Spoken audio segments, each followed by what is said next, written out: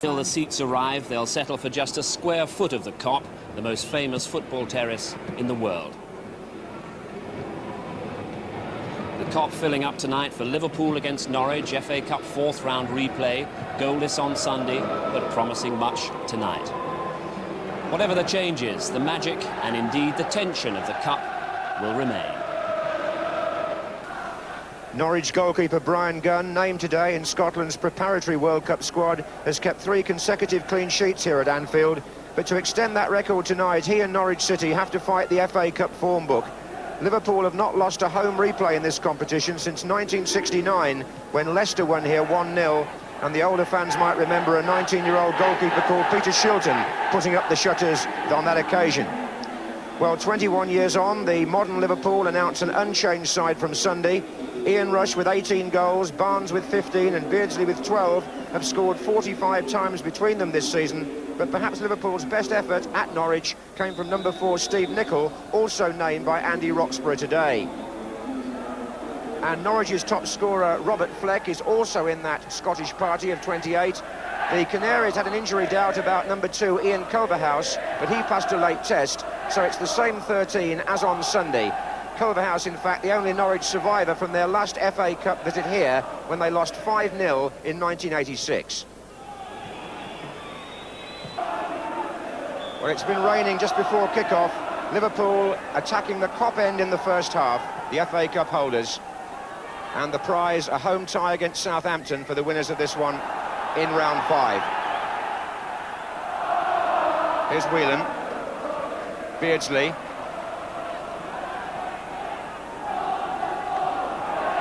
Barnes.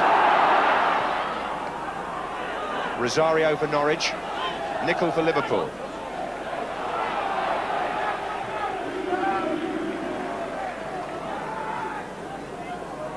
Staunton. Rush. Too much pace on the ball for him and for Linnigan, really. This is Beardsley. Oh, he's gone round. Nicely by Beardsley. Finally, the corner given away by Culverhouse to stop Beardsley.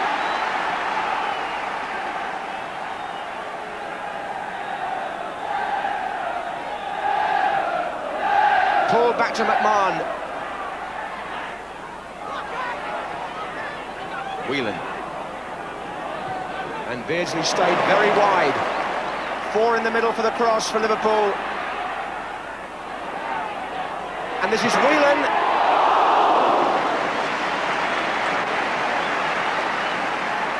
Beardsley figuring in the opening Liverpool assault.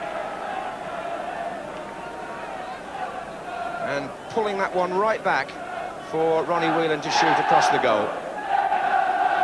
This is Bowen for Norwich.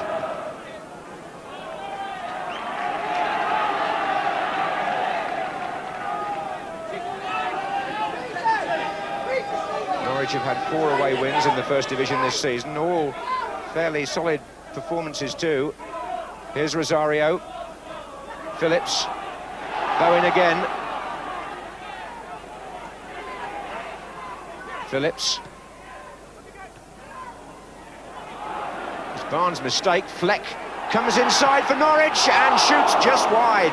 And the Norwich fans behind that goal just thought for a moment they were on their way into the lead. Barnes initially slipped up there in a defensive position. Even then, Liverpool hesitated. And Robert Fleck, who always takes his shots early, nipped in front of them there. And they wouldn't be very pleased with that defending. Barnes with Culverhouse at his heels, as he was a lot on Sunday, but Barnes this time turns away. McMahon. And again Barnes. Now it's opening up a bit for Liverpool. This is Beardsley, and that's a terrific challenge as he shot. Ian Butterworth. Vital. And what could have been a goal is only a corner.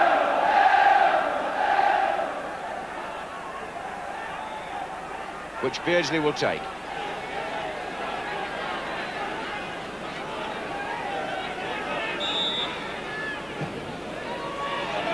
Hussein. Rush! Rush again. Beardsley, they're still in the middle waiting. Venison. Wide again, Whelan. Hussein still forward. And Norwich survive again. Well, this was a lovely little move. Barnes from McMahon slid it through to Beardsley, but watch the defender, number 4. He had real ground to make up, but it was his deflection, Butterworth. He played the captain's part there. That's Rosario. It's always worth watching Rosario's strength in the air. This is Venison to McMahon. Oh, and Venison runs on ahead of McMahon. And McMahon's shot hits Butterworth. And Venison again. And now Nicol. And it's Ian Crook with Gordon going to his right.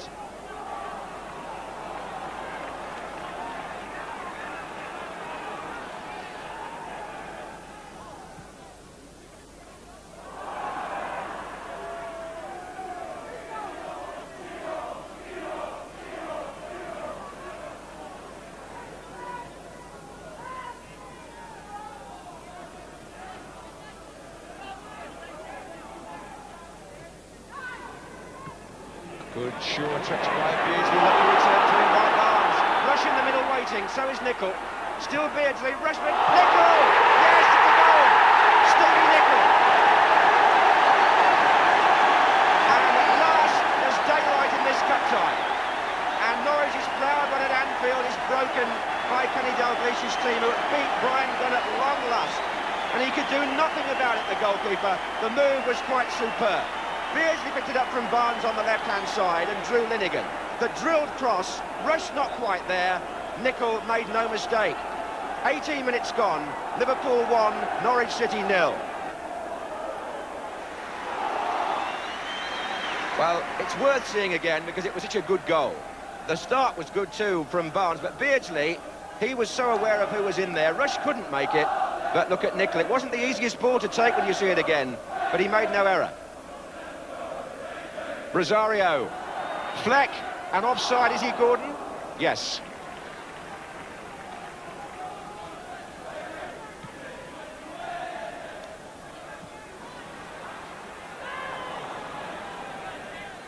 Crook.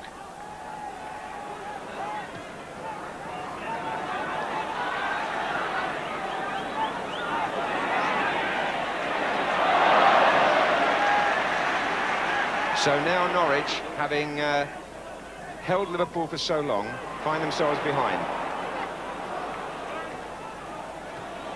And with 20 minutes gone, it's David Phillips. Fleck is waiting in the centre here. Fleck! It's the equaliser! 2 minutes later, Norwich are back, and it's Robert Fleck, their top scorer. And they're delighted. And David Phillips makes the goal. He too had a good run down the left. Another good cross, and it was slid through Grobbelaar by the man who was named by Andy Roxburgh today as an uncapped player in the Scotland pre-World Cup party. Well, it's the old adage about when you've just scored, you're sometimes vulnerable. You wouldn't apply it very often to Liverpool, I would have to say. But it certainly worked for Norwich. The little ball in, I think Glenn Hussein must have slipped, and Fleck tucked it away nicely.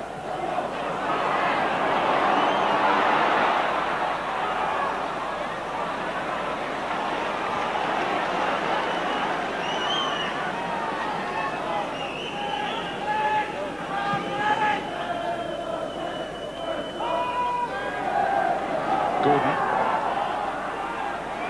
Rosario.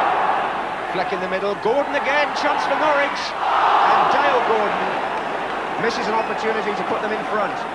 Fleck to his left thought he should have had the ball, but they were both in a good shooting position, to be honest. And Rosario got behind Staunton. It was a good ball in from him. Hussein dropped on his knees again, and Gordon put it wide.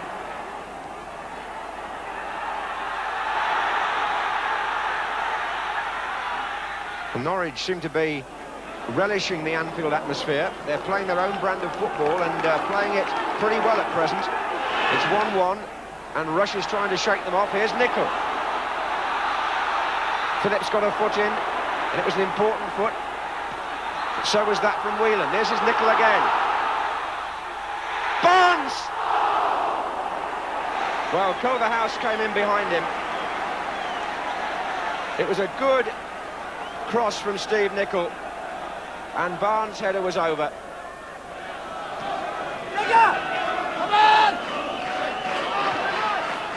In by Townsend, Fleck's dummy, got it back from Rosario, and Fleck shoots wide.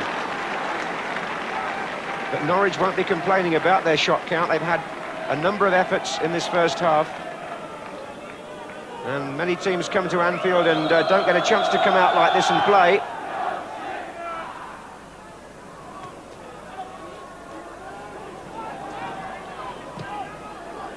Crook with the first time ball. They're making the Liverpool defenders work really hard at times.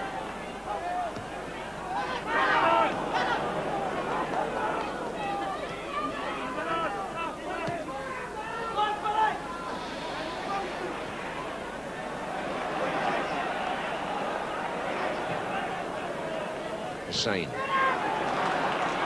Whelan. Beardsley.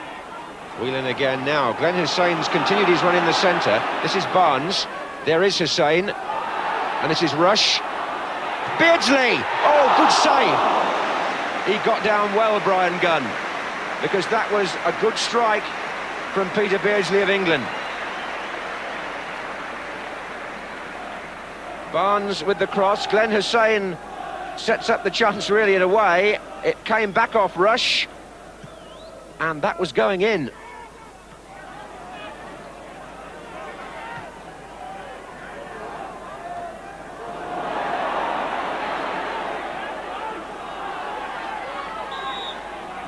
Well, a half which was played at a cracking pace. The Scotsman made the news. Steve Nicol scored for Liverpool on 18 minutes. Robert Fleck equalised 2 minutes later.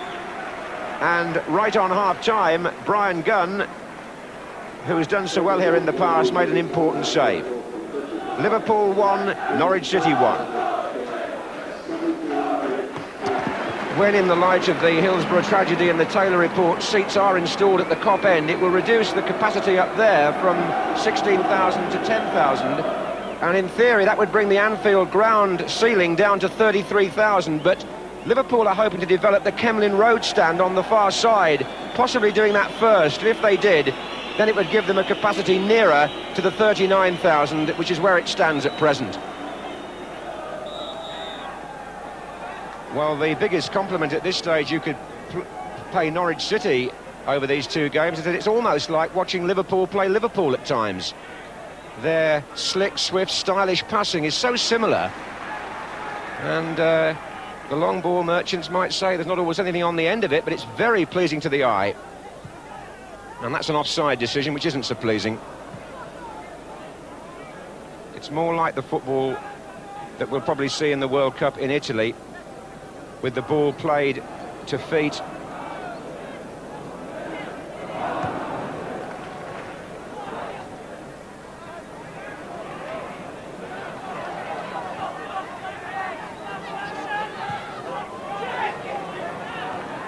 This is Culverhouse, Rosario, Barnes.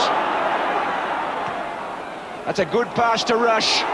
It beat Linegan for once.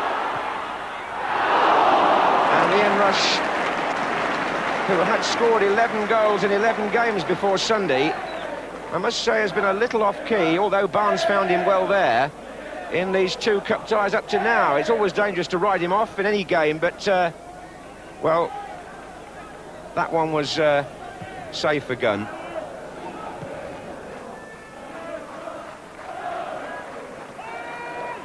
That's Rosario, this is Fleck. Barnes and Staunton exchanging passes. Beardsley's header, nice one. Lovely touch by Beardsley, really cushioned it. Gets it back from Barnes. Nicol out wide on the other side. Takes on Bowen. And Phillips in the way. Norwich still not giving an inch.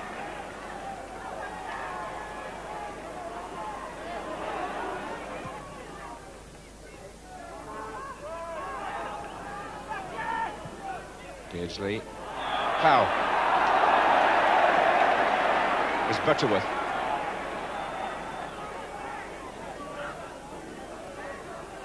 Back in play, is it? No, Keith Hackett says that's still to be put in the right place. So,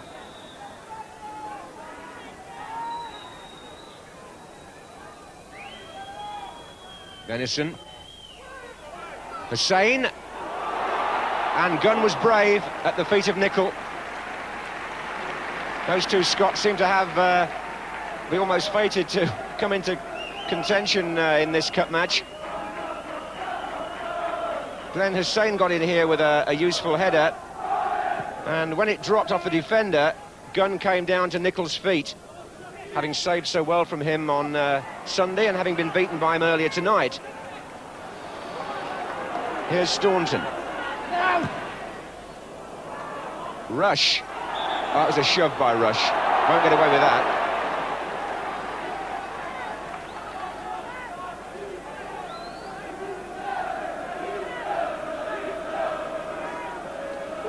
And Dave Stringer and David Williams down there on the left of, as we look, of the Norwich bench. Their team really extending Liverpool in this cup match.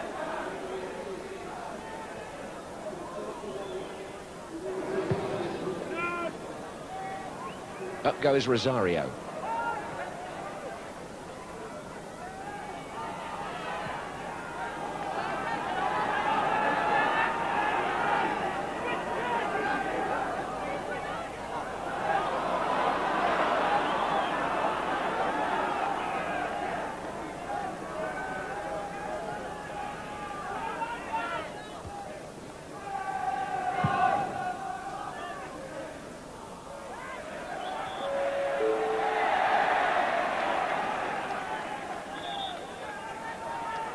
So Liverpool get the free kick.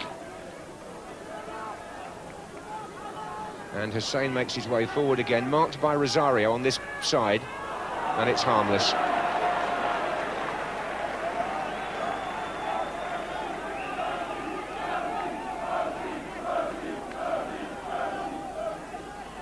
Liverpool unbeaten for 12 games now, 6 wins and 6 draws, and they're only defeated Anfield this season by Coventry City 1-0.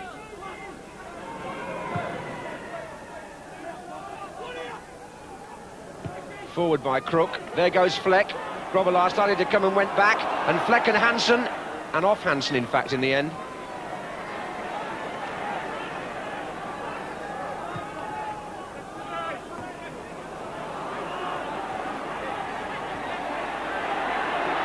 It's Crook. And it's still a very even match.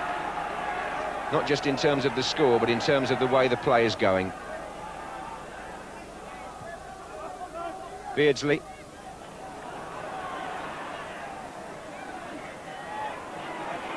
Barnes. Nicol. And the defending over the 2 games up to now has also been of quite a high order. There have been very few bad errors at the back, and that's what's essentially kept the score down so much.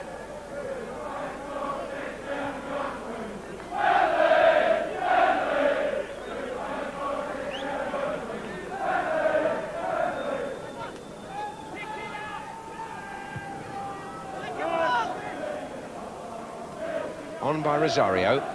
Fleck. And still. Nicol. Up to Rush. Into Beardsley. It'll have to go right again. Rush, now they're coming from the left. Whelan, Barnes. Beardsley shorter, here he is. Got bustled out of it really by Ian Crook. And here's Dale Gordon for Norwich. Hansen for Liverpool. And Beardsley picks it up again. A longer ball this time. Barnes! Yes!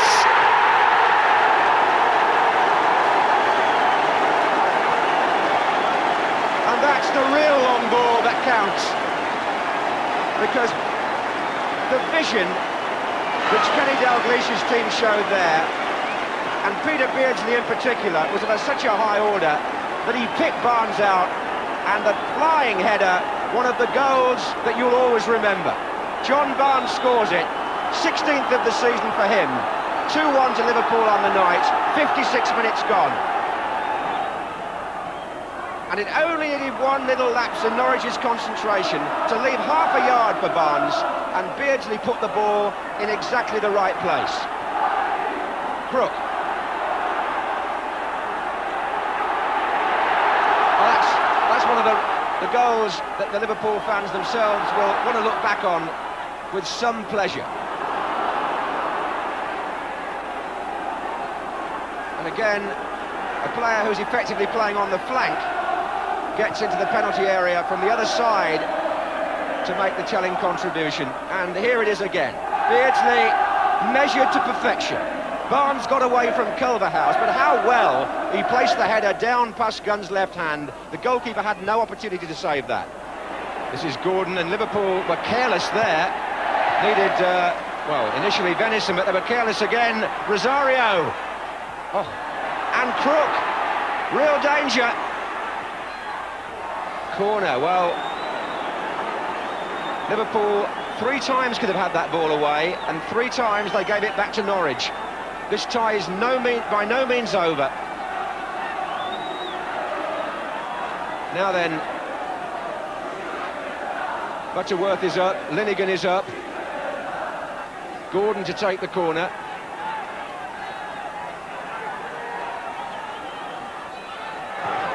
It's coming back to Culverhouse. Danger here. Linnigan comes in, and Alan Hansen blocked him. Or blocked what he was trying to do anyway. Here's Phillips. Rosario. Fleck. Well, you really wouldn't rule Norwich out at this stage. Never been to the FA Cup final, Norwich City, in their history. Liverpool have been there in 3 of the last 4.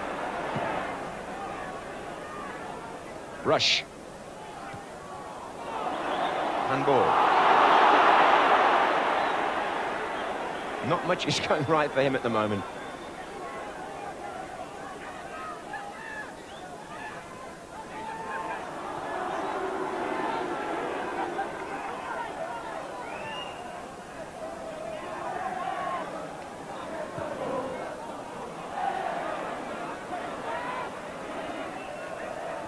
This is Whelan. Plays a lovely 1-2 with Nicol. Oh, look at this. Beardsley just a yard ahead of him. Oh, he's still got it. Beardsley. Penalty. Penalty given. Norwich protest to the referee, but Keith Hackett didn't hesitate. Beardsley got the penalty for Liverpool.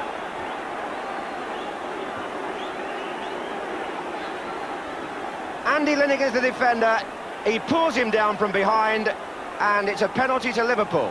Now, Liverpool this season have had 5 different penalty takers, would you believe, and 3 of them have missed. So the responsibility here is for Peter Beardsley himself. The Norwich fans behind the goal are trying to put him off. He's talking to Keith Hackett.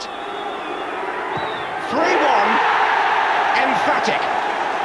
And Beardsley has made 2 and scored 1, and had every confidence in where he was going to put that ball. Andy Linnigan disappointed in the decision, but in actual fact, he looked as though he was going to get the ball away, and then it kind of bounced back in Beardsley's favour. But way back in that move, you've got to say that the 1-2 that was played earlier, I think it was Whelan and Nicol from memory, was quite outstanding. And that was a little clash between McMahon and Gordon, which just shows that the temperature's rising a bit. You'd need to go back a little way in that move to appreciate the quality of the football that put Beardsley in the position from which he eventually got a penalty kick.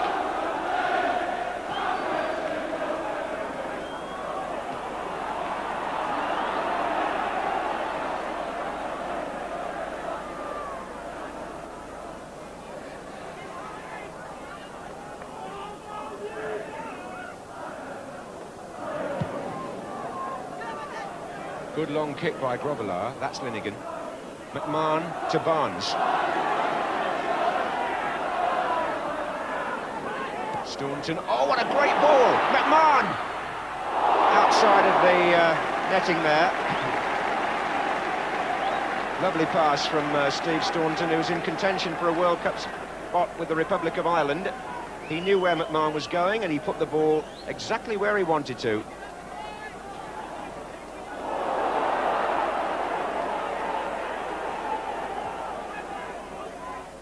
Rosario, Townsend.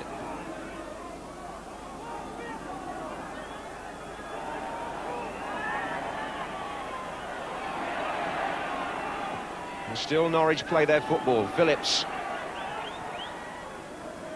Rosario, Fleck. Rosario. And Liverpool needing plenty of forces back there. This is Beardsley to Rush, and if he can get it inside to Beardsley, it could be on. That's a good attempt to do so, and it was a fine volley by the goalkeeper. But Rush saw where Beardsley was, and it was Brian Gunn who thumped the ball out. Another incisive attack.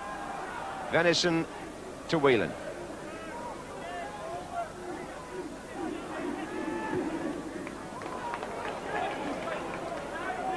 Here's Staunton.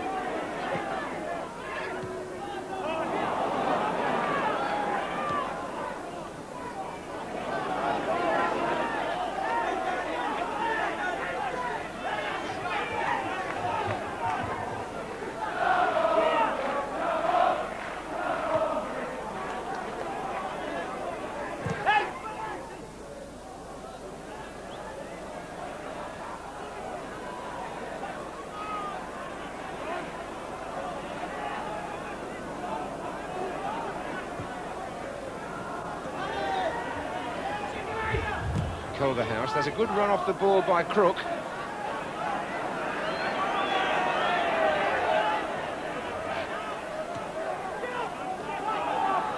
And Norwich working it well again. Linnigan. Rosario. He's got through here, but sometimes he's finishing not quite up to the standard of the rest of his game, Robert Rosario. He's worked hard over these two matches to find space. And quite sure he meant that, but still.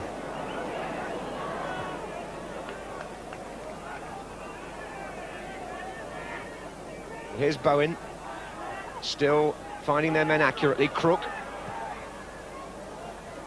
Bowen, oh, here's Dale Gordon, and Rosario had a real chance. Ronnie Whelan, I think it was, who actually got a tackle in as he was about to shoot. But this is not over. Phillips. Hussein.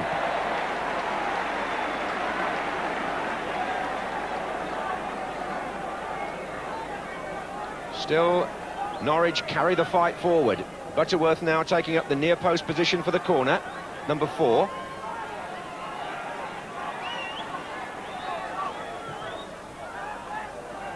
Rosario, Fleck!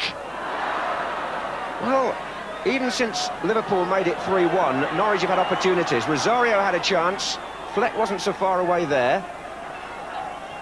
And there's going to be a substitution by Liverpool. In fact, Steve Staunton at left-back has been taken off and replaced by David Burrows, the man who he's really been competing with for that position in the team. Number 14.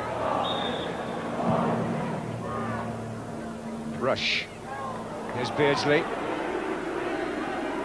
Barnes.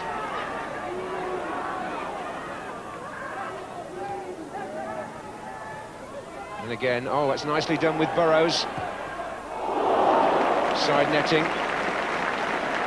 from David Burrows.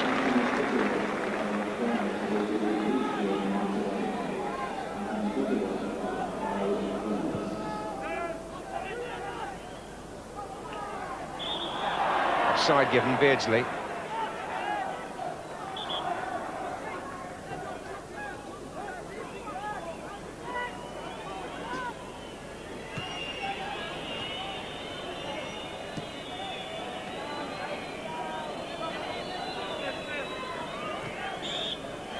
Well, the first match was eminently watchable. The second match was highly stimulating. And Peter Beardsley made the difference between the two teams. He made 2 goals, claimed a penalty from which he scored for the third. And the turning point in the match was his ball delivered brilliantly for John Barnes to head a goal that will be enjoyed many times over as people look back on the road to Wembley. Liverpool put pay to the challenge of Norwich City, who take great credit for the way they performed in both matches. With a final score of Liverpool 3, Norwich 1, means the holders are into the 5th round, where they will meet Southampton here at Anfield. Well, you've gone 13 games unbeaten now. Is the team playing as well as you think you can, or do you think you can still get better? I don't think you've reached the peak of your performances. I think the lads can get better, and I'm not saying that to try and be clever. I'm saying that because I honestly believe it. I think they'll gain in confidence, and I think if they gain in confidence, well, obviously they'll play better. And we're happy with the way they're playing at the moment. We're happy with their commitment and their attitude. But I think they're a little bit more confidence in the way the people got behind us tonight and helped us forward and helped us to get a result. That'll help the lads, because it doesn't matter how good they are. They need help from the people that come and watch, and they need to feel wanted by them. They get out on the pitch and they want to do their best, and they try their best. And the people that come and watch us are every bit as important to us as anybody that's wearing a red shirt. And they're influential as well, because they give them the confidence to go out and play. Now, you mentioned the fans there, and obviously you lived through the horror of the Hillsborough disaster, and everybody thought that you and the players conducted yourselves with great dignity there. You've seen this Taylor report this week. What do you feel about the all-seater stadiums? Well, I think if you say putting a seat in the ground for someone to sit in helps them to behave themselves, why don't they behave at school? I mean, at the end of the day, they need an education, but they've got to be educated. Discipline comes from the home. When I was a kid, I went to football and I stood at the terraces. And there's thousands of others. I mean, people who are involved in the game, they all started by going to watch football and standing in the terraces. I'm not a hooligan. I never caused any trouble. So does that mean I'm deprived of something that I want to do? The people that come and stand in our place are from the whole spectrum of the society. I mean, Hillsborough was something we hope never ever happens again. But through that, we got to meet a lot of people that we'd probably never meet before. And I've met people, pensioners, a lady and a man over 60 years of age who go and stand there every week, stand in the same spot. I mean, behaviour isn't going to be dictated to by people because they're sitting down. I think if everybody continues to be as helpful and cooperative and with the same outlook as what they've had for the last couple of years, I think really football's going to take a step forward, and I think we should be optimistic rather than pessimistic. Thanks, Kenny.